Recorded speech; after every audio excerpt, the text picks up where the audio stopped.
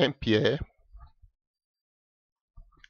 1 à partir du verset 1. 1 Pierre 1 à partir du verset 1. Nous lisons.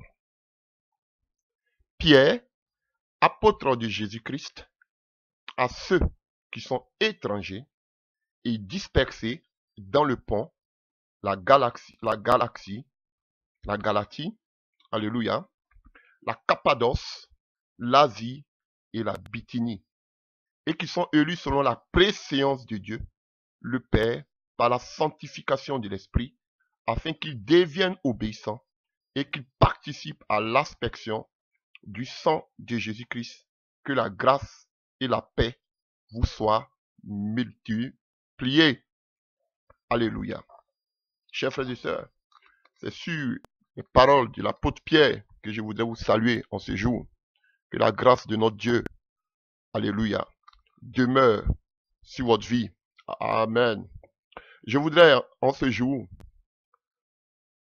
que nous parlons de la mission, d'un thème vraiment important. Vous savez que nous continuons sur cette pensée. Alléluia. Un thème vraiment important, je dirais le thème le plus majeur en ce qui concerne la mission de Dieu à l'Église, ou la mission de Jésus à l'Église. Et dans cette salutation de Pierre, alléluia, nous voyons que Pierre s'adresse à des chrétiens, à des disciples qui sont étrangers et dispersés, alléluia, ceux qui étaient une région, le pont, la Galatie, la Cappadoce, l'Asie et la Bithynie. Lui-même, il est dit ici, à des étrangers. Alléluia. À des étrangers. Vous voyez? Donc, nous voulons parler aujourd'hui de la mission de Acte 1 à partir du verset 8, que nous allons lire tout à l'heure. Et voir si cette mission est arrivée à son thème. Voir si les apôtres ont obéi à la mission de Jésus-Christ de Nazareth. Et nous parlerons aussi de l'Église, pour voir aussi si l'Église a embrassé cette vision, cette mission que Dieu a assignée à toute l'Église, à tous les disciples. Alléluia. Donc aujourd'hui, pour thème, je peux dire la mission de Acte 1 à partir du verset 8. S'est-elle accomplie? Alléluia.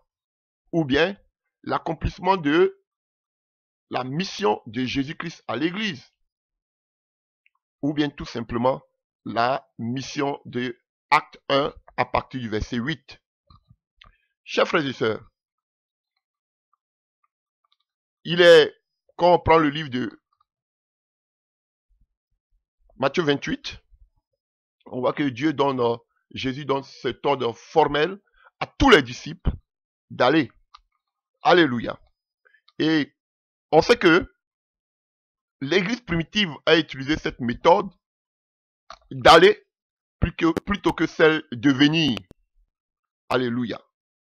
Et vous écouterez beaucoup de thèmes comme ça. Alléluia. Venez voir. Venez voir, Dieu va se manifester. Venez voir, Dieu va se glorifier. Venez voir, venez ce dimanche. Venez, il y a des croisades d'évangélisation dans l'église, pas dans l'église, mais dans notre caserne, dans notre salle. Venez, nous avons invité des hommes de Dieu, des hommes des marques, des hommes loin. Venez voir, au lieu plutôt d'aller. Vous voyez? Donc aujourd'hui, quand je vois toutes ces personnes aujourd'hui sur l'internet, qui sont en train de se casser la tête, qui font des saltos pour faire des programmes sur des programmes, sur des programmes, sur des programmes. Alléluia. D'autres s'invitent même entre eux. Alléluia. D'autres que je mentionne toujours comme étant les gourous de la francophonie, que j'aime appeler beaucoup et souvent, alléluia, D'Artagnan et ses mousquetaires. Vous voyez? C'est du méli-mélo. Voilà. Et vous voyez? Ils ne font que des programmes. Regardez des milliers de personnes. Ils ne font que des programmes. Ne serait-ce que seulement que dans une salle.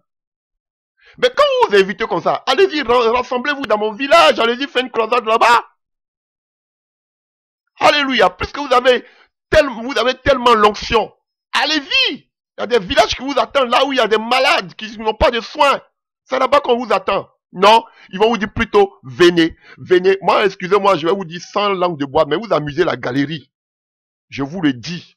Parce que, qu'est-ce que l'église n'a pas encore écouté? Qu'est-ce que l'église n'a pas encore entendu? Alléluia. Programme sur programme. On vous invite même à venir sur des chaînes de télévision pour faire connaître votre ministère. On n'a que faire de nos ministères. Nos ministères là, nous tous là, on a une mission. C'est dans les villages, allons-y. Frère. Et aujourd'hui, ils vont se dire, je vous dis la vérité, hein, je vais vous parler. Ils vont se dire qu'ils obéissent, ils vont me donner toutes sortes de thèmes. Sanctification, prospérité, comment le mariage. Frère, on a tout entendu. Vous inventez maintenant même des thèmes. Des thèmes sur des thèmes. On est fatigué de venir voir. On veut maintenant aller vers ce monde qui n'a pas encore reçu la parole. Chers frères et sœurs, voici la vérité. On est fatigué de voir, descendre même, on n'en parle pas. Descendre, ce sont des programmes sur des programmes. Comment tu vas marquer ta génération qu'on appelle ton année qui vient. Comment tu vas détruire la malédiction de l'année passée. Comment tu vas entrer dans la nouvelle année avec tes bénédictions. Frère, on est fatigué de tous ces thèmes. Les apôtres n'ont pas eu ce genre de thèmes. Vous êtes des bandes d'escrocs et de voleurs. Frère, on a besoin de nous dans les villages. Vous allez les voir sur Internet, ils vont donner des exhortations en 2 minutes, 3 minutes, et ils vont vous dire, venez, ils vont mettre le logo. Voilà où nous prions. Venez. Chers frères et sœurs, est-ce que, je vous pose la question, pensez-vous qu'aujourd'hui l'église marche selon la mission, selon la vision de l'église? Voilà. Selon la vision que Jésus-Christ a donnée aux apôtres. Même si vous dites que vous êtes appelés à être des pasteurs, vous dites que vous avez des églises locales, mais dites-moi, de la manière que l'église locale était organisée, bon, pas organisée, fonctionnait, est-ce que c'est comme ça que vous fonctionnez? Est-ce que c'est comme ça que l'église locale, là, fonctionne comme au temps de l'église primitive? Ça ne sert à rien de venir faire le boucan, crier, pour dire, abandonne la femme, et qu'on appelle, mettons sous discipline. Tout ça, c'est du baratin, du blablabla. On est fatigué de ça. C'est la trappe nigo. On a une mission. Est-ce que, répondez à cette question, est-ce que l'église d'aujourd'hui répond à la mission de Acte 1, verset 8, ou bien de Matthieu 28? Voilà. Que prenne la Bible qui vient me démontrer que comment fonctionne l'église, entre parenthèses, qu'il dirige, si c'est biblique. Si c'est biblique, vous êtes comme des gourous sur des assemblées. Comment une seule personne, sur plus de 10 000 personnes, et ils disent que Dieu les a bénis. Mais vous êtes vaincus. C'est vous les premiers rebelles. Vous qui vous dites que et puis ils viennent démontrer, ils vont parler pour montrer qu'ils sont dans la vérité. Frère, c'est un type biblique, ce que vous faites. Je n'ai jamais vu dans le Nouveau Testament où une personne était établie sur plus de 10, 20, et qu'on appelle église locale. Ça n'existe pas. Comment vous êtes seul, vous avez un pasteur adjoint, frère, ce n'est pas biblique. C'est pas comme ça qu'il était organisé. On parle des anciens. Voilà. Et ça, on laisse, ils font semblant de ne pas voir. Ils vont venir nous emmerder avec toutes sortes de thèmes. Si on va mettre sur la base de l'église locale, vous êtes à côté. Parce que de la manière que l'église locale était qu'on appelle, et fonctionnait dans le Nouveau Testament, c'est pas comme ça que vos églises aujourd'hui locales fonctionnent. Et quand on va parler d'un thème, ils vont prendre le micro, commencer à crier pour emmerder la toile, parce qu'ils ont l'air de crier. Voilà, ils ont l'air de crier. Voilà, ils ont l'air de crier. J'appelle ça de la plaisanterie. Alléluia. Chers frères, voici la réalité. Et quand on fait des reproches à d'autres comme ce Tounazi, on dit tous ces exactions, ces crimes qu'il y a dans ce pays, dans le Congo, tu n'as jamais levé le doigt, il a le culot de dire c'est passager, c'est pas cupidité, parce que vous êtes des corrompus. Voilà. Parce que vous avez fait affiliation à ces régimes en place. La Bible dit que, comment on appelle ça, que la sagesse crie dans les rues. Donc, je vais vous poser la question, mon cher Tounazi. Toi qui dis c'est pas sagesse que tu veux pas, qu'on appelle décrier, que tu ne veux pas dénoncer ces exactions qui se font dans ton pays, le Congo. Tu dis que c'est pas sagesse. Dis-moi, Jean-Baptiste était-il sage ou pas? Vous êtes une bande de corrompus et c'est vous, pour un petit truc, vous allez commencer à crier sur la toile. On vous connaît. Vous avez l'art de la parole. De véritables comédiens. Je vous dis la vérité. La mission, c'est d'aller. Laissez vos murs là, votre association là. Je dis, laissez tout ça. Allons-y. La mission, c'est démodé. Je vous dis tout ça, c'est caduc. Chers frères et sœurs. Et là, vous allez venir donner des belles paroles pour montrer que vous voulez ramener l'église à zéro. Sur de bonnes bases. Vous voulez ramener l'église sur de bonnes bases. Commencez à briser, à faire tomber déjà vos barrières dénominationnelles. C'est ça. Commencez à casser déjà vos murs que vous avez bâtis qu'on appelle en centaines de millions. Là, comme ça, on va voir si vous êtes vraiment... Arrêtez de dire aux gens de payer la dîme. Vous êtes tenté de faire... C'est la plaisanterie que vous êtes tenté de faire. Alors, alléluia. Commencez à prêcher la doctrine. Tout à l'heure, je parlais de la doctrine des apôtres. Pour dire que Jésus-Christ est Dieu. Voici les thèmes, la base, la doctrine biblique. Vous nous laissez ça, vous voulez nous emmener en bateau. Bande de comédiens. C'est pas le fait de crier ou même d'avoir des milliers de vues. Prêchez la doctrine biblique. Et vous, je suis sur votre tête. Vous qui dites que vous parlez de la sanctification. Vous parlez, frère, la sanctification n'est pas le seul thème. On sait que sans la sanctification, nul ne verra Dieu. Mais ce n'est pas le seul thème. On sait que tout chrétien sait qu'il doit vivre dans la sanctification. Il y a des doctrines bibliques que nous, sur lesquelles nous devons marcher, nous devons enseigner. Et pendant qu'on y est, frère, toi qui se trouves dans ce pays, le Congo, que tu dis, tu prêches la vérité, tu prêches à la repentance, où est le frère Baka? Pourquoi on ne l'entend plus? Parce qu'il a commencé à vous dénigrer. Où il est? Vous parlez d'amour, de la compassion. Où est ce frère Baka qui criait haut et fort, qui dénonçait vos pratiques? Où il est? Dites-nous où il est. Je prêche la vérité, je prêche la sanctification. Vous êtes une bande de corrompus, je vous dis, tout nazi. Vous êtes une bande de corrompus. Vous et vos collègues. Comment tu peux marcher avec des personnes qui prêchent le Kindernaum, qui prêchent qu'on appelle le règne ici-bas, et vous dites qu'on vous dénonce. Alléluia. Comment tu peux marcher avec des personnes qui prêchent qu'on appelle le voyage astral, là? Et ça, tu dis, qu'est-ce que tu veux rencontrer? C'est pas un client. C'est pas un client. Quand on donne un thème seulement, il va prendre ce thème-là, commencer à crier pour amuser la galerie. Ton jeu là, moi je vois ça depuis. C'est les gens qui ne te connaissent pas, qui ne vous connaissent pas. Vous amusez la galerie. Tout nazi, je te parle. Il faut te répondre. Il faut changer de voix. Parce que moi, c'est que le Seigneur me dit, tu dis que quand on parle, c'est parce que le Seigneur ne vous dit rien. Mais je te dis que tu es enveloppé par les œuvres occultes qui te dirigent, par tous ceux qui sont autour de toi. Je te dis la vérité. Oui, tu es contrôlé. Voilà, je te dis la vérité. C'est pas le fait de venir te mettre sur ton pupitre pour crier. Faut revoir ta copie. Bref, c'était la parenthèse. Et c'est comme ça maintenant, si le Seigneur, je parle, je m'en fous. Vous voulez dire aux gens qu'ils sont des rebelles. Vous vous attelez sur des choses éphémères.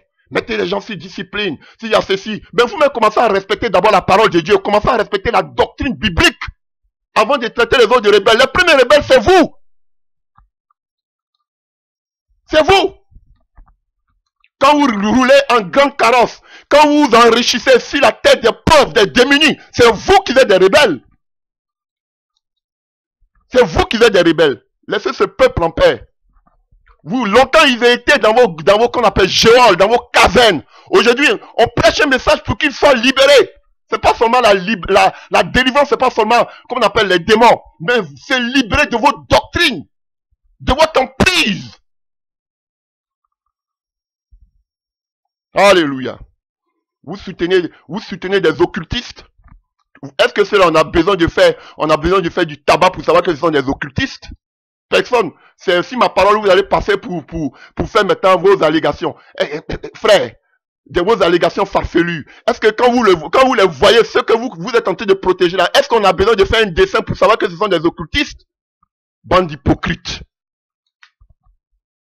Saisissez un micro et criez, parce que tout le monde nous attend, tout le monde peut le faire. On attend que vous posez des actes forts et des actes concrets. Là, comme ça, on sait. Vous dénoncez la pratique de la dîme. Vous dénoncez la pratique qu'on appelle des bâtiments. Alléluia. Là, on va voir si vraiment vous voulez prêcher la vérité. Au lieu de nous endormir. Alléluia.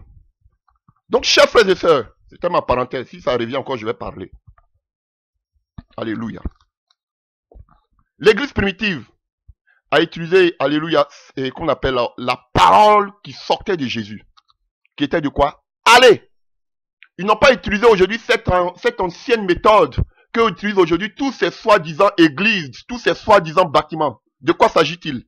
Dans l'Ancien Testament, vous allez voir que, alléluia, pour que les pays, tous ces pays, tous ces qu'on appelle, si je peux dire ainsi, hein, des empires, ou tous ceux qui ont terrorisé Israël, pour avoir la révélation du Dieu véritable, pour avoir, alléluia, le salut, ils devaient tous se rendre en Israël pour avoir la délivrance, pour avoir la guérison. On a l'exemple, alléluia, de Aman, j'ai dit, qu'on appelle, de Naaman, le général de l'armée de Syrie.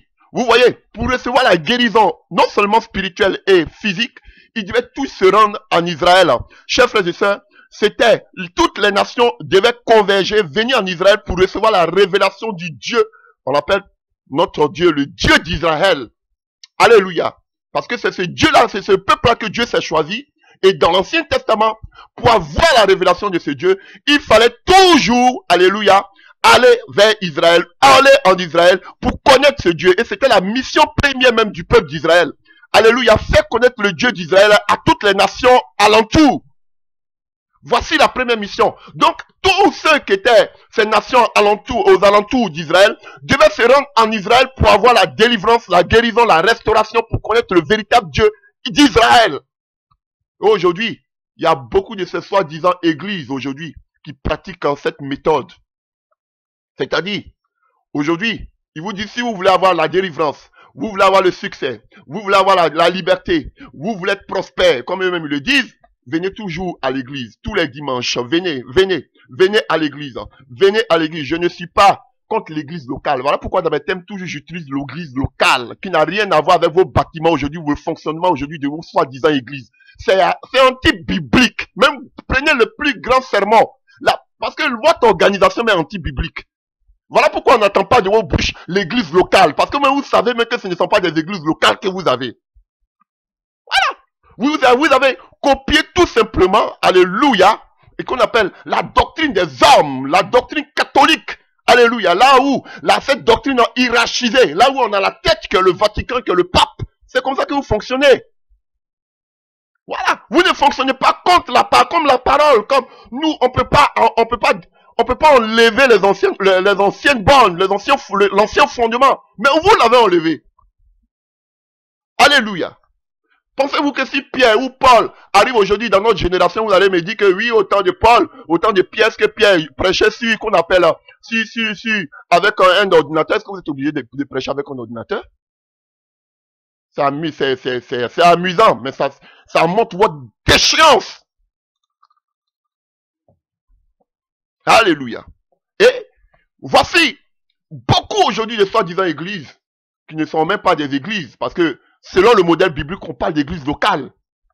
Et si une église locale, il n'y a pas un gourou, celui qui était là, qui dirigeait comme un, je comprends pourquoi vous-même vous appelez des bishops. Voilà. Comme des évêques catholiques. C'est une copie, tout simplement. Rien à voir avec ce qu'on appelle, avec le fonctionnement biblique des églises locales dans le Nouveau Testament. Et vous traitez les autres de rebelles, c'est vous-même les premiers rebelles. Alléluia. Tout le monde peut prêcher, tout le monde peut enseigner, mais qu'est-ce que nous enseignons? Il faut enseigner la doctrine des apôtres. Alléluia. Et une des doctrines des apôtres, c'était de faire savoir à tous les juifs, les israélites, que Jésus était le Messie tant entendu, le prophète tant entendu. On parle ici de la divinité, voilà pourquoi les pharisiens, tout cela ne pouvaient pas accepter. Alléluia. Mais vous, qu'est-ce que vous prêchez? Un Dieu avec 3 têtes. Souvent vous dites ceci, souvent vous dites cela. Un embryo, je vous dis. Une confusion.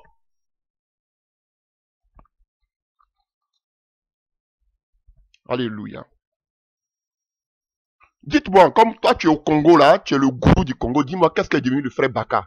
Parce que je pense trop à ce frère, je ne le connais pas. Mais vraiment, je ne sais plus ce qu'est devenu ce frère. Je ne sais même pas quelle est sa vie. Je ne veux même pas savoir, mais je l'ai écouté. J'ai dit, voici un homme de Dieu.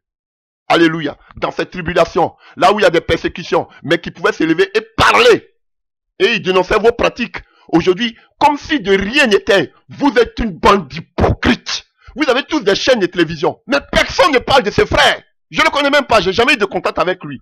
J'ai seulement écouté ses vidéos. À un moment, cet homme a disparu parce qu'il vous dénonçait. Et aujourd'hui, tu te tais, tu dis que tu appelles ça la sagesse. Corrompu, tout nazi, tu es un corrompu. Tu parles de sagesse? Jean-Baptiste était sage ou bien il était fou. Mais la Bible dit que c'était l'homme le plus grand, né d'une femme. Mais il savait crier les injustices. Pourquoi tu n'écris pas les injustices? Mais quand c'est pour venir parler, laisse la femme, fais ceci. Oui, tu es un comédien, frère. Tu sais amuser la galerie. Prends des thèmes, crier là-dessus. Oui, on dit, oh, c'est bon à entendre. C'est bon à entendre. Mais ce qui se passe, tu n'en parles pas et tu parles de quoi? De sagesse. C'est la folie. Vous savez qui vous pouvez manipuler, berner comme ça. Mais moi, je vous vais à l'œil. Je vous regarde, hein. Je vous dis. Dis-nous ce qui est devenu le frère Baka. Donne-moi un peu d'informations de ces frères parce que tu es au Congo. Voilà. Alléluia. Dites que j'utilise mes prédications pour me rendre mes comptes. Je n'ai pas de compte à rendre. J'ai dit ce qui est. Alléluia. Et Dieu ne me dit pas d'aller en Afrique. Si vous ne savez pas, vous êtes en train de tergiverser. J'étais en Afrique. Je ne voulais jamais venir en Europe. Parce que j'aime pas même le froid. C'est pas quand j'ai parlé, on dit que c'est l'orgueil. C'est parce que vous avez parlé que je vous réponds. Vous pensez que je n'ai jamais voulu venir en Europe à cause du froid. J'étais toujours bien dans mon coin.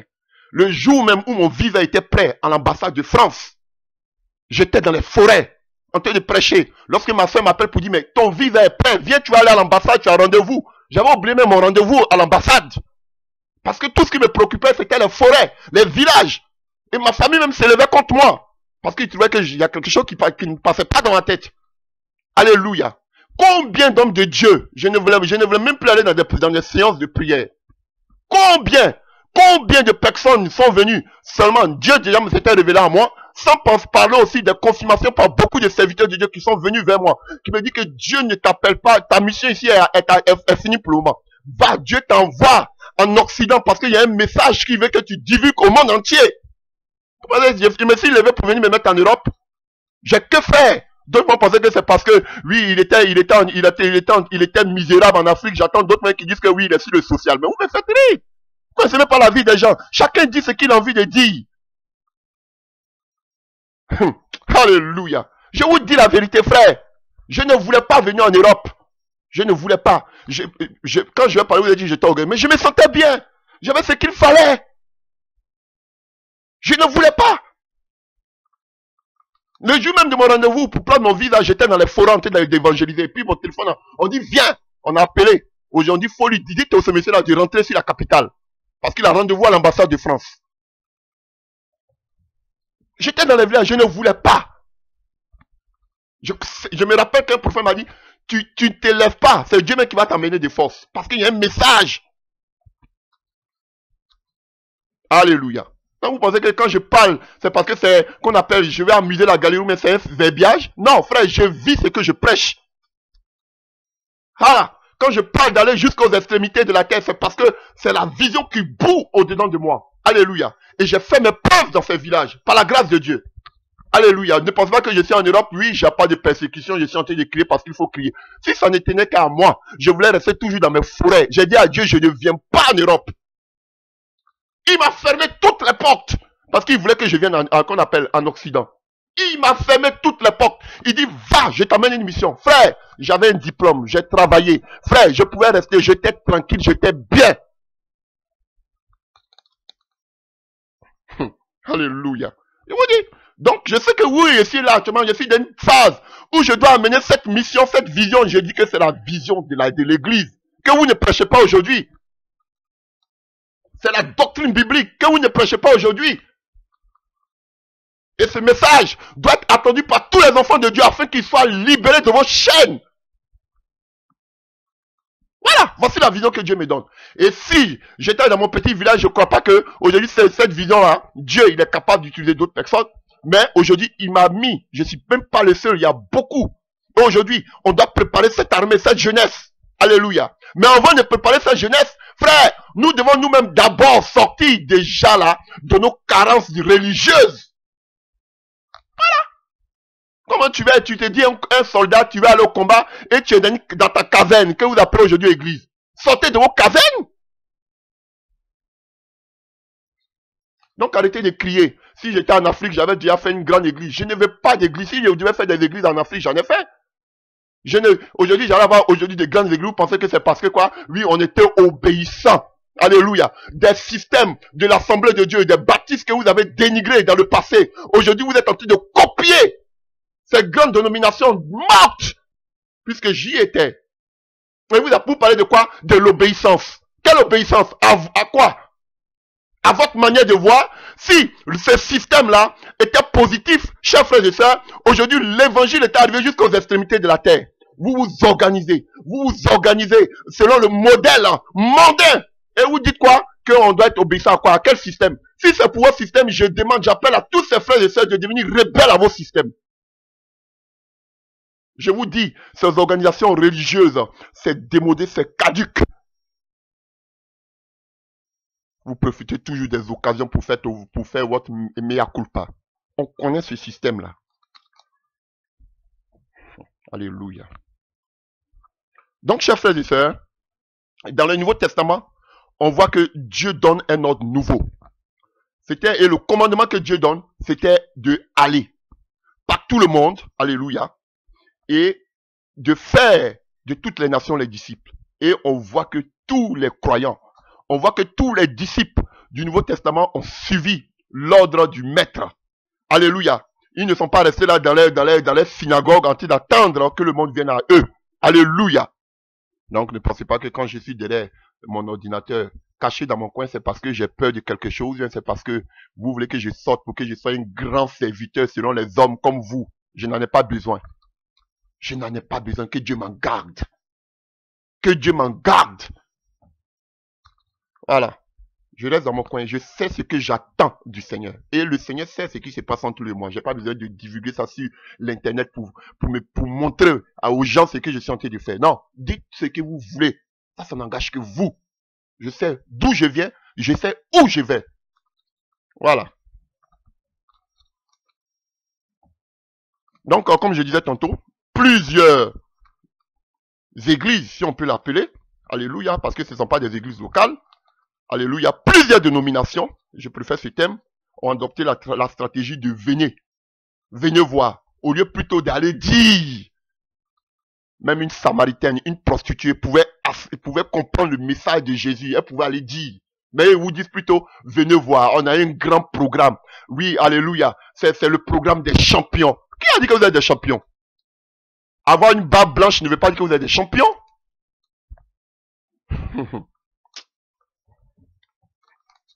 Alléluia. Venez voir, c'est un grand programme qu'on est en train de faire.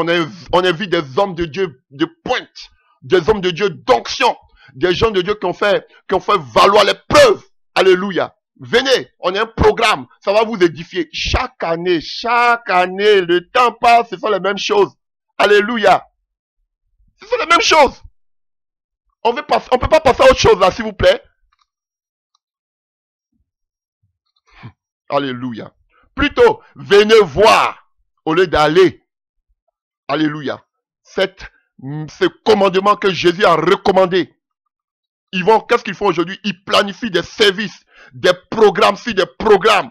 Alléluia. Ils essaient d'obtenir des non-croyants afin que cela vienne dans leur église, dans leurs bâtiments. Voici le système. Et ils le font et par-dessus, ils viennent, ils crient. Donc du coup, oh, mais voici des véritables prédicateurs. Ils savent ce qu'ils sont en train de faire. Alléluia. Ils savent ce qu'ils sont en train de faire. Alléluia. Ils ne vont jamais dans les villages. Écoutez, regardez combien de milliers de chrétiens, pour ne même pas parler des millions de chrétiens qui existent dans le monde. Regardez ces millions de chrétiens. Mais tous les dimanches, allez, ils sont cloîtrés dans ces bâtiments. Tous les dimanches. Alléluia. Demandez à ces gourous là. Un dimanche, 2 dimanches, 3 dimanches. Ils n'ont qu'à prendre tous les frères et sœurs qui côtoient leurs assemblées pour leur dire, bon, il n'y a pas de culte c'est dimanche, pendant tous ces mois. Et tous ces mois-là, tout le monde, nous nous retrouvons dans les villages. Tout le monde, nous nous retrouvons dans les villages. Combien de personnes d'entre eux le font? Non, il y a plus de dîmes qui vont entrer pendant un mois. On calcule, tout est programmé, tout est calculé. Vous, ils vont crier, allez-y. Mais eux-mêmes là, vous-même passez devant et puis nous on va vous suivre.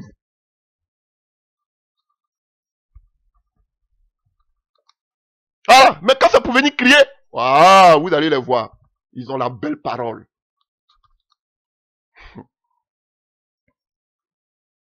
Alléluia. Nous devons aller dans le monde entier pour atteindre les gens par l'évangile. Alléluia.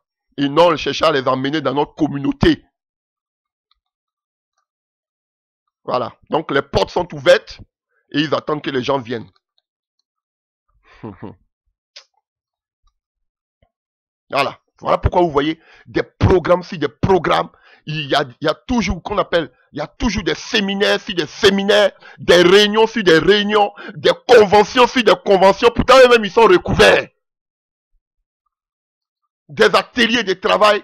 Tout cela, ça a remplacé l'évangélisation jusqu'aux extrémités de la terre. Tout cela a remplacé. Ils font des programmes, si des programmes, des structures, si des structures. Rien que, frère, pour que vous vous sentez à l'aise. Ce n'est pas que vous vivez dans la monotonie. Et vous vous sentez à l'aise. Ici, c'est chez nous. Alléluia. Voilà. Et c'est beau à voir. Frère, j'ai côtoyé des églises évangéliques en Allemagne. Mais frère, je vous dis, quand je vous regarde, frère, où je suis passé ici, en Allemagne, je n'ai pas vu des églises organisées comme les vôtres. Structurées comme les vôtres. Quand tu es dans ce système-là, tu ne veux même pas, tellement qu'ils sont organisés. Organisés. Il n'y a même pas la place pour le Saint-Esprit. Non. Et du coup, on nous fait oublier petit à petit le Saint-Esprit au détriment de quoi? Des organisations. Voilà. On a des services maintenant caritatifs, qu'on appelle des services caritatifs. Vous voyez, il y a tel service, il y a ceci. À l'apparence, on dit, oh, c'est beau, ils sont bien organisés. Alléluia. Mais on ne donne plus la place au Saint-Esprit. Vous les voyez? C'est maintenant qu'on a commencé à crier, ils vont commencer aussi à crier un peu le Saint-Esprit pour amuser la galerie. Ouais, c'est l'organisation.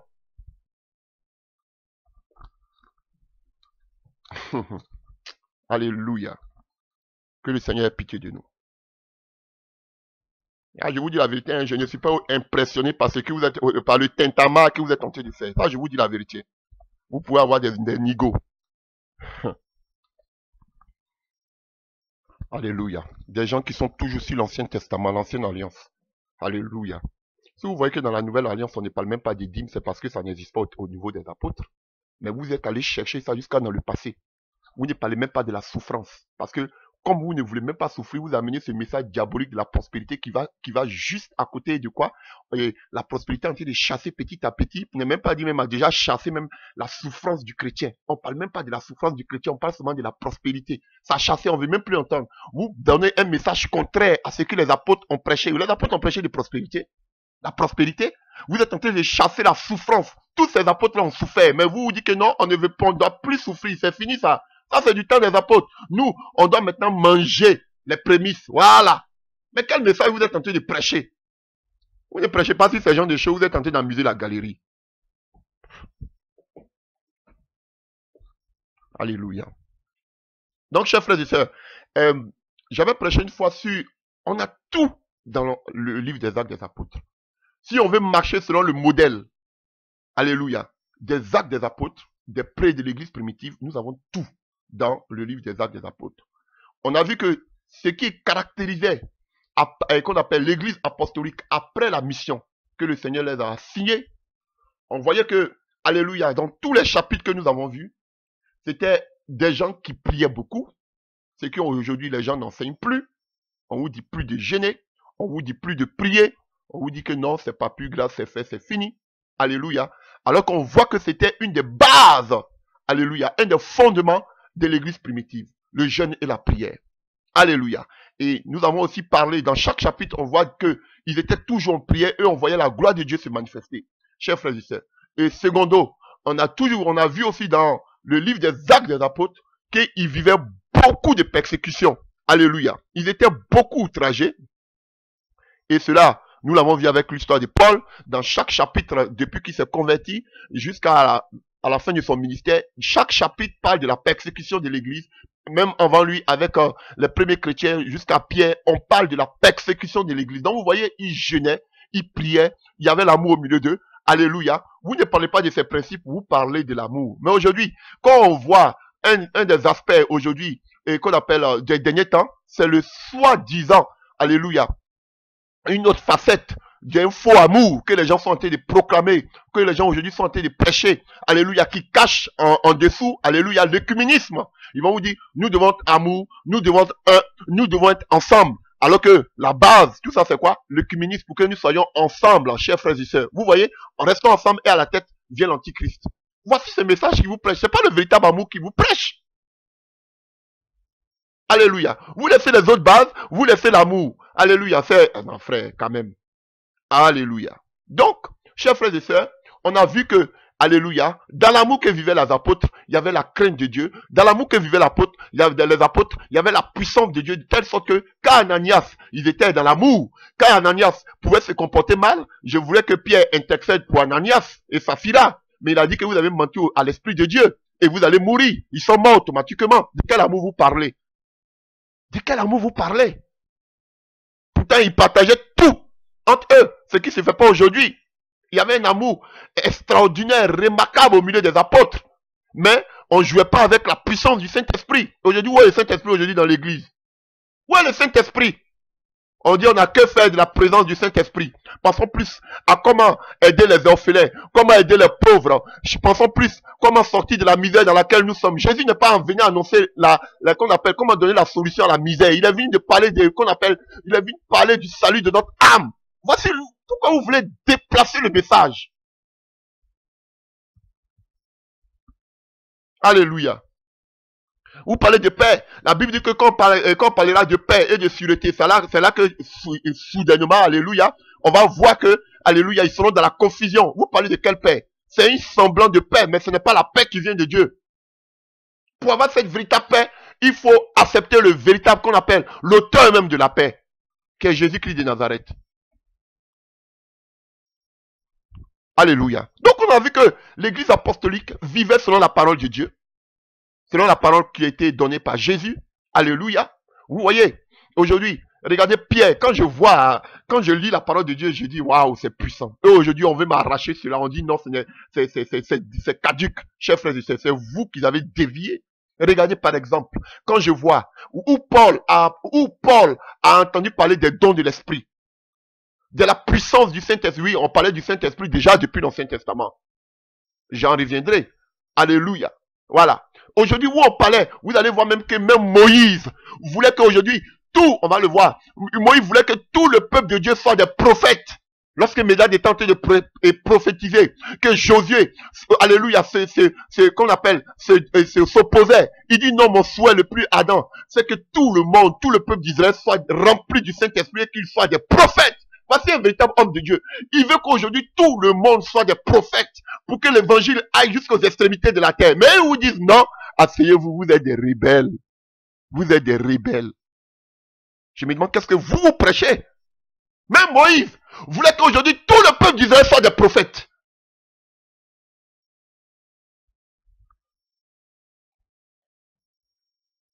Voyons ça rapidement. Je ne suis même pas encore entré dans le message. Hein. Alléluia. Donc, Nombre 11. Nombre 11 à partir du verset 21. Moïse dit, 600 000 hommes de pied forment le peuple au milieu duquel je suis, et tu dis, je leur donnerai de la viande et ils en mangeront. Prenons à partir du verset 24. Nombre 11 à partir du verset 24. Moïse sortit et rapportant au peuple les paroles de l'Éternel. Il assembla 70 hommes des anciens du peuple et les plaça autour de la tente. L'Éternel descendit dans la nuée et parla à Moïse et prit de l'esprit qui était sur lui. Donc il y avait déjà l'esprit de Dieu. Alléluia. Voilà. Qui prit l'esprit qui était sur lui. Attendez, je me mélange un peu les pédales là où je suis. L'Éternel descendit dans la nuée et parla à Moïse. Il prit de l'esprit qui était sur lui et le mit sur les 70 anciens. Et dès que l'esprit reposa sur eux, ils prophétisaient. mais ils ne continuaient pas. Alléluia. Parce que ce n'étaient pas des prophètes. Vous voyez, un enseignement sur les prophètes, ils ne continuaient pas. Ils n'étaient pas des prophètes. Alléluia.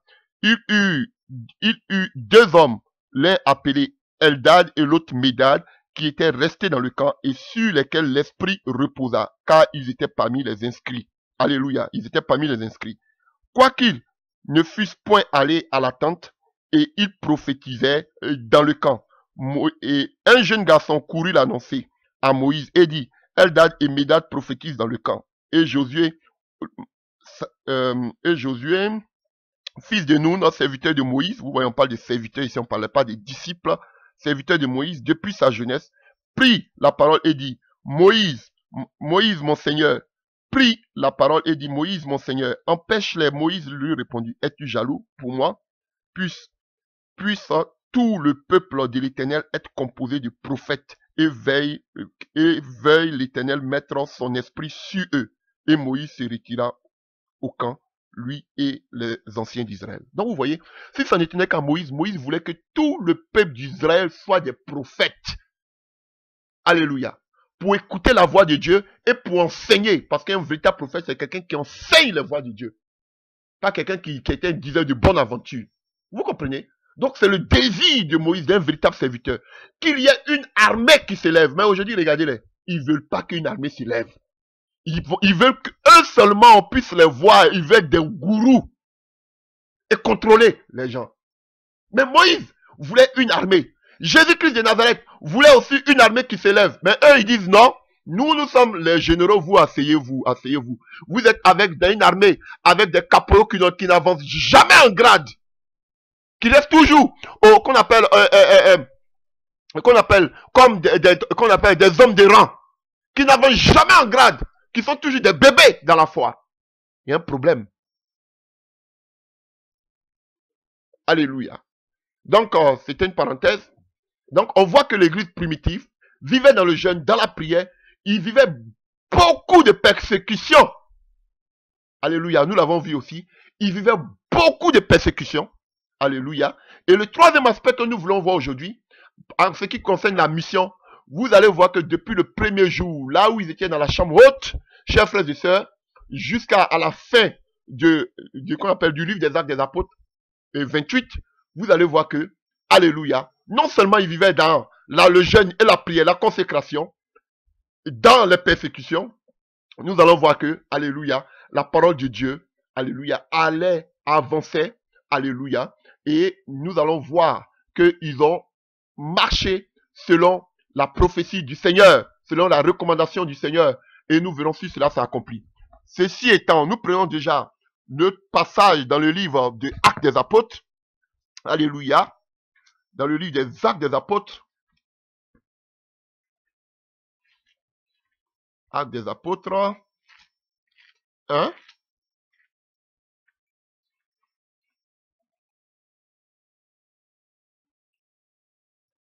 à partir du verset 6. Alors, les apôtres réunis lui demandèrent, Seigneur, est-ce en ce temps que tu rétabliras le royaume d'Israël? Il leur répondit, ce n'est pas à vous de connaître les temps ou les moments que le Père a fixés de sa propre autorité. Mais vous recevrez une puissance, dunamis, le Saint-Esprit, survenant sur vous. Alléluia. Et vous serez mes témoins. Alléluia. Aujourd'hui, je ne vais pas parler du Saint-Esprit. Alléluia. Je vais parler de la mission. Mais on ne peut pas aller en mission sans le Saint-Esprit aussi. Alléluia. Et vous recevrez une puissance et le Saint-Esprit survenant sur vous. Et vous, oh alléluia.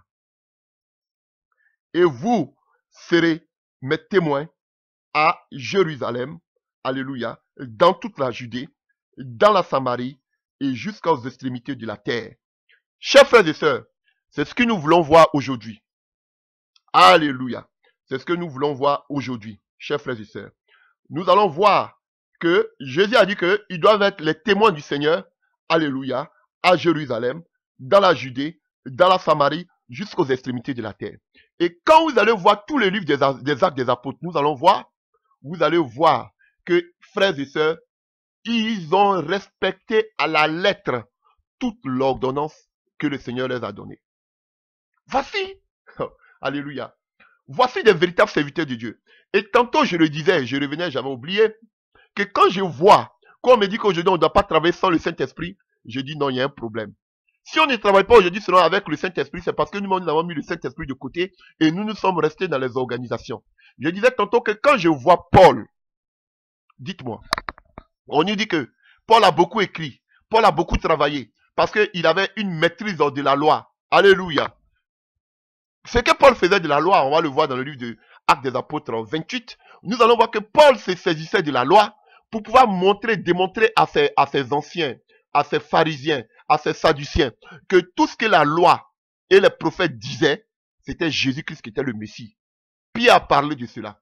Paul a parlé de ça. Voici un des fondements, alléluia déjà, un des fondements de la doctrine apostolique, démontré par les Écritures, par la loi, que Jésus-Christ était le prophète dont Moïse avait parlé, était, alléluia, tout ce qui éternel, tout ce qui se faisait par la loi, par les recommandations de Dieu à Moïse, tout cela, par le culte, alléluia, dans le temple, tout cela c'était relatif à Jésus-Christ de Nazareth. Alléluia. Donc c'est ce que Paul essayait de démontrer à tous ces gens-là pour croire que Jésus-Christ est le Messie.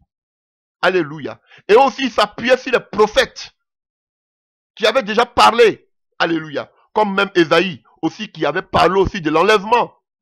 Ésaïe aussi parlait de l'enlèvement. Je vais vous montrer ce passage une autre fois. Alléluia. Donc les Ésaïe, les prophètes qui ont beaucoup parlé de la venue du Messie. Donc ils passaient aussi sur les livres de ces prophètes pour montrer que Jésus-Christ était le Messie qu'on entendait.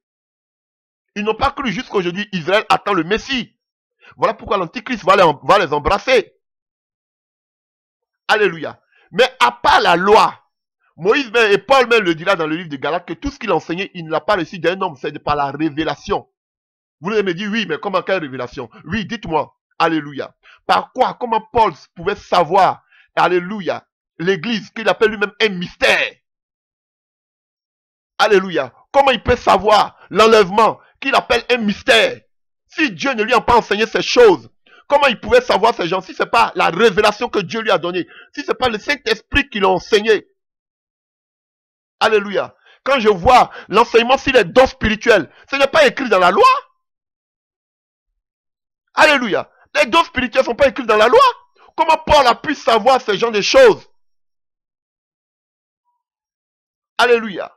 Quand on voit les démons, la signification, comment Paul est en train de chasser les démons. Bon, c'est vrai au nom de Jésus-Christ. Alléluia. Comment il peut dire esprit de Python? Qui lui a appris ce genre de choses? Si ce n'est pas l'esprit de Dieu.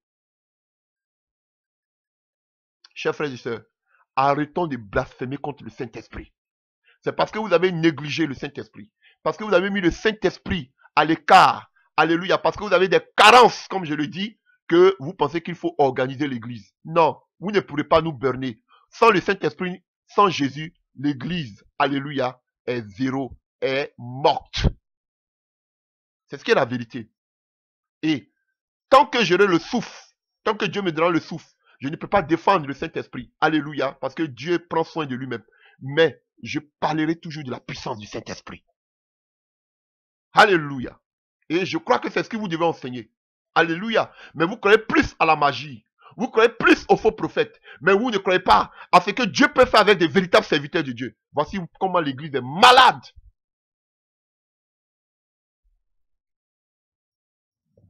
Alléluia. Donc, les disciples ont beaucoup travaillé avec le Saint-Esprit. Regardez les écrits de Paul, de Pierre. Paul même, vous allez dire que oui, il a été un peu instruit. Regardez Pierre, comment Pierre écrit. Comment Pierre est inspiré. Dites-moi. Alors que la Bible dit que c'était des gens qui n'avaient pas de connaissances, des gens qui n'avaient pas étudié. Si ce n'est pas le Saint-Esprit, chers frères et sœurs, comment Pierre pouvait écrire tous ses épîtres? Comment Pierre pouvait écrire ses lettres?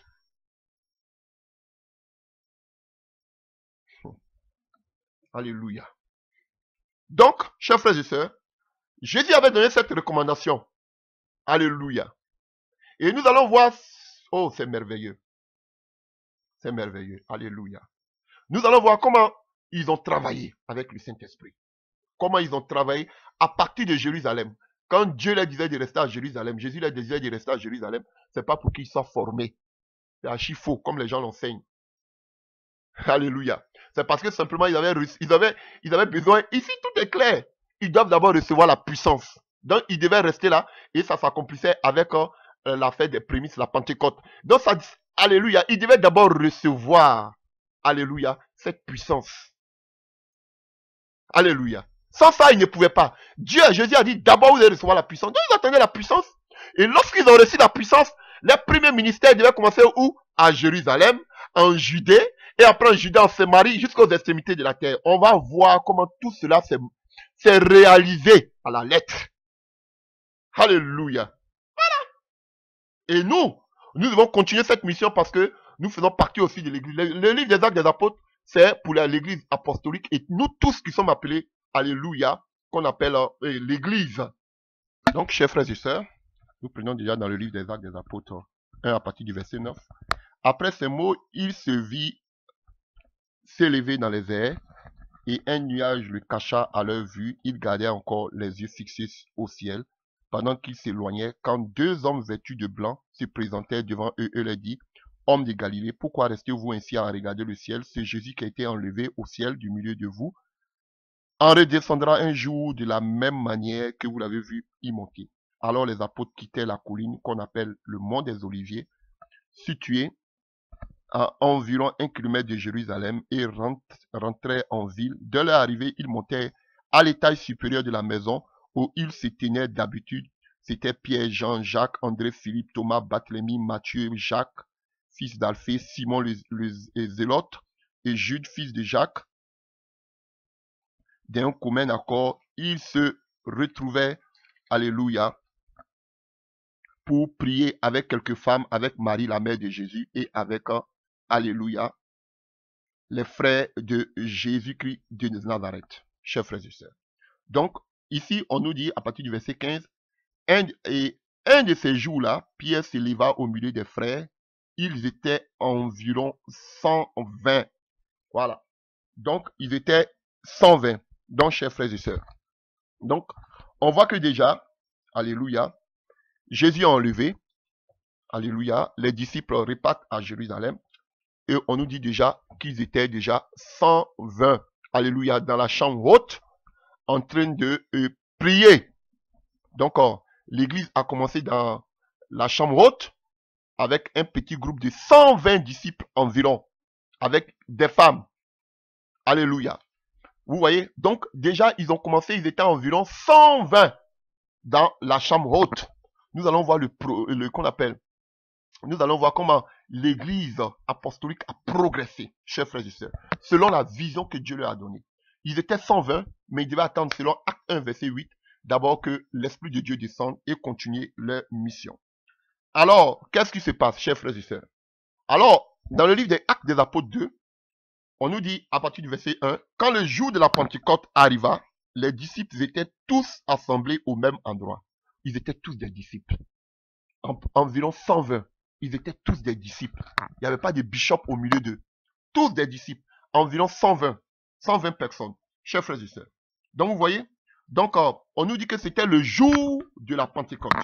Et on sait que la Pentecôte, c'était une fête qui faisait partie de 3 fêtes majeures en Israël. Et cette fête avait lieu 50 jours après la Pâque. Alléluia. Voilà. Selon Lévitique 23, à partir du verset 15 à 16. Et on appelait, comme je vous ai dit tantôt, on appelait aussi cette fête la fête des prémices, que vous voyez dans le livre de Nombres 28, à partir du verset 26. Ou la fête de la moisson, qu'on voit aussi dans le livre d'Exode 23, à partir du verset 16. Alléluia. Voilà. Donc, il ne peut pas avoir des moissons, la grande moisson, comme Jésus même le dit dans le livre de Jean 4 à partir du verset 35. Regardez les champs qui déjà blanchissent pour la moisson. Donc, chers frères et sœurs, on appelle la Pentecôte la fête des prémices des mois de la moisson. Et il nous dit qu'ici, les champs, le champ, c'est le monde qui blanchissent, qui sont prêts pour la moisson. Donc, frère, pour aller moissonner là, alléluia, pour aller détacher l'anneau qui est attaché là, sans la puissance de Dieu, on ne peut pas aller moissonner. Donc vous voyez, c'était le jour de la Pentecôte. Et Paul, Pierre, ils étaient toujours assis dans la chambre haute. En vain, frère, en vain de pouvoir annoncer cet évangile à toutes ces personnes qui étaient venues adorer, il fallait d'abord recevoir le Saint-Esprit. Voilà, voici la vérité biblique. Donc si vous êtes si vous êtes qu'on appelle embourbé dans vos casernes que vous appelez église, chers frères et sœurs, Tu peux pas avoir le Saint-Esprit et puis être enfermé dans cette dénomination. C'est pas possible. Tu vas étouffer. Les disciples, ils ont reçu la puissance, ils ne pouvaient plus rester dans la chambre. La porte même s'est ouverte d'elle seule. Ils ne pouvaient plus, ils étouffaient. Mais comment vous dites que vous avez l'Esprit de Dieu et vous vous enfermez tous les dimanches dans ces lieux que vous appelez bâtiments, vous appelez église, et vous n'étouffez pas? Mais vous avez un problème. Parce que quand tu as la puissance de Dieu, il va te pousser automatiquement à aller vers le monde. Alléluia. Donc, chers frères et sœurs, et on voit que la puissance de Dieu se manifeste, se glorifie. Et on sait que dans l'Ancien Testament, comme on a vu tantôt, chers frères et sœurs, le peuple d'Israël était déjà un peuple choisi. Mais dans le Nouveau Testament, donc, il pouvait, l'Esprit de Dieu même les environnait, les enveloppait. Mais dans le Nouveau Testament, dans la Nouvelle Alliance, alléluia, on voit que l'œuvre du Saint-Esprit, alléluia, opère un tri en Israël. Dans le Nouveau Testament, dans la Nouvelle Alliance, tout le monde ne pouvait pas recevoir maintenant le Saint-Esprit. Ah, c'est la vérité biblique. Alléluia. Pour recevoir le Saint-Esprit, alléluia, seuls ceux qui croient en que Jésus-Christ était le Messie et le Seigneur pouvaient recevoir le Saint-Esprit. Alléluia. Vous comprenez? Voilà pourquoi quand Paul vient, il demande, vous avez reçu le Saint-Esprit quand vous avez cru, ils n'ont même pas entendu qu'il y avait le Saint-Esprit. Il devait d'abord être enseigné. Alléluia. Donc, ceux qui recevaient le Saint-Esprit, ce sont ceux qui croyaient que Jésus-Christ était le Messie et le Seigneur.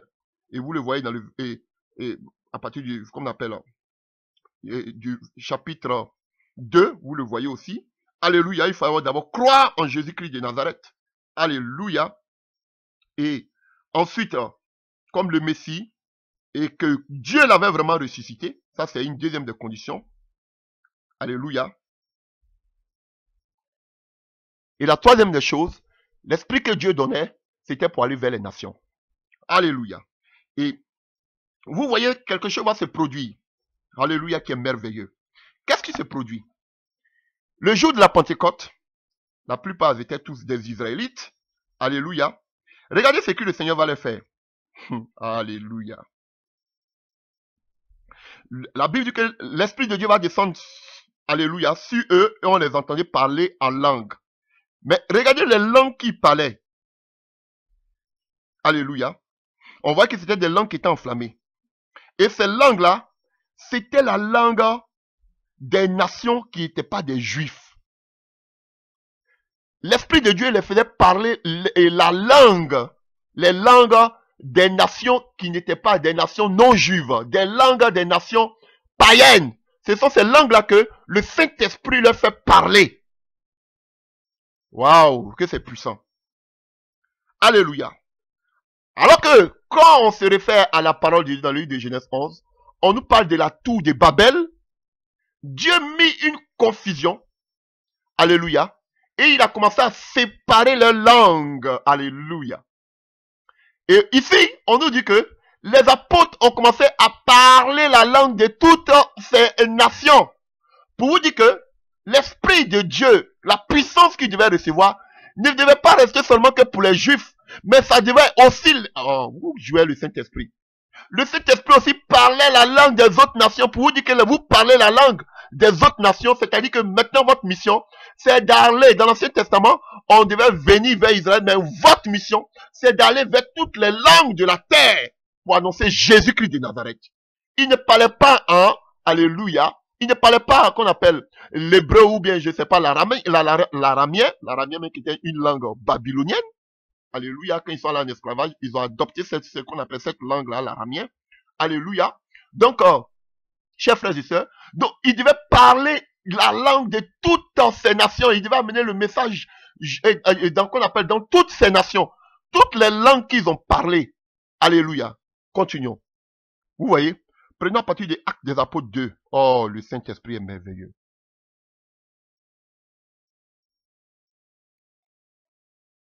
Alléluia. À partir du verset 5, Acte 2. Or, à ce moment-là, des Juifs pieux venus de toutes les nations du monde séjournaient à Jérusalem. En entendant ce bruit, vous voyez, qui a couru en foule et fut saisi de stupeur. Donc, quand il y a le Saint-Esprit, on doit attendre le bruit. Alléluia. le bruit des nations qui bougent. Et on continue. En entendant ce bruit, ils accoururent en foule et furent saisis de stupeur. En effet, chacun d'eux les attendait parler dans sa langue maternelle. Dans leur étonnement, et ils ne croyaient pas leur oreille et disaient, voyons que ces gens qui parlent, ne viennent-ils pas tous de la Galilée? Vous voyez, ils étaient tous de la Galilée. Comment se fait-il donc que nous les attendions s'exprimer chacun dans notre langue maternelle? Nous sommes Parthes, Mèdes ou Élamites. Nous habitons la Mésopotamie, la Judée, la Cappadoce, le Pont ou la province d'Asie, la Phrygie et la Pamphylie. Oh, l'esprit ou le territoire de la Libye, près de Cyrène, ou bien nous vivons à Rome. Nous sommes juifs de naissance ou pour conversion. Nous venons de la Crète et de l'Arabie. Et pourtant, chacun de nous, nous attendons parler dans sa propre langue des choses merveilleuses que Dieu accomplit. Alléluia. Alléluia. Et vous comprenez maintenant pourquoi il parlait la langue de toutes ces personnes. Alléluia, belle révélation. Parce que ce qu'on va voir, nous allons voir que l'évangile a été entendu, amené jusqu'à dans toutes ces villes qui sont mentionnées ici. Et quand on parle de Cyrène, alléluia, on parle de l'Égypte. Alléluia. Donc, vous voyez, l'évangile a été emmené jusqu'à dans Paul a emmené l'évangile en Pamphylie. Alléluia. On va parler de la Libye. Beaucoup sont morts en Égypte, en Phrygie, le Pont ou la province de l'Asie. Tout à l'heure, on va voir. Et vous allez voir en Cappadoce, vous allez voir que toutes ces villes-là, l'évangile est arrivé jusqu'en ces lieux. Frère, et c'est la langue de ces villes-là, de ces nations-là, que parlaient les apôtres le jour de la Pentecôte. Oh, alléluia, frère, c'est puissant. C'est puissant. Vous voyez, ils ne sont pas restés seulement que dans leur logis, dans leur groupe, vous voyez, dans la chambre haute. Chers frères et sœurs. Mais ils sont allés jusqu'à annoncer l'évangile, jusqu'à Rome. On parle aussi de Rome. Alléluia. Donc quand le Seigneur dit, vous serez mes témoins à Jérusalem, on va voir d'abord à Jérusalem, on va voir en Judée, on va voir en Samarie, et on va voir jusqu'aux extrémités de la terre. La prophétie s'est accomplie à la lettre. Et elle continue son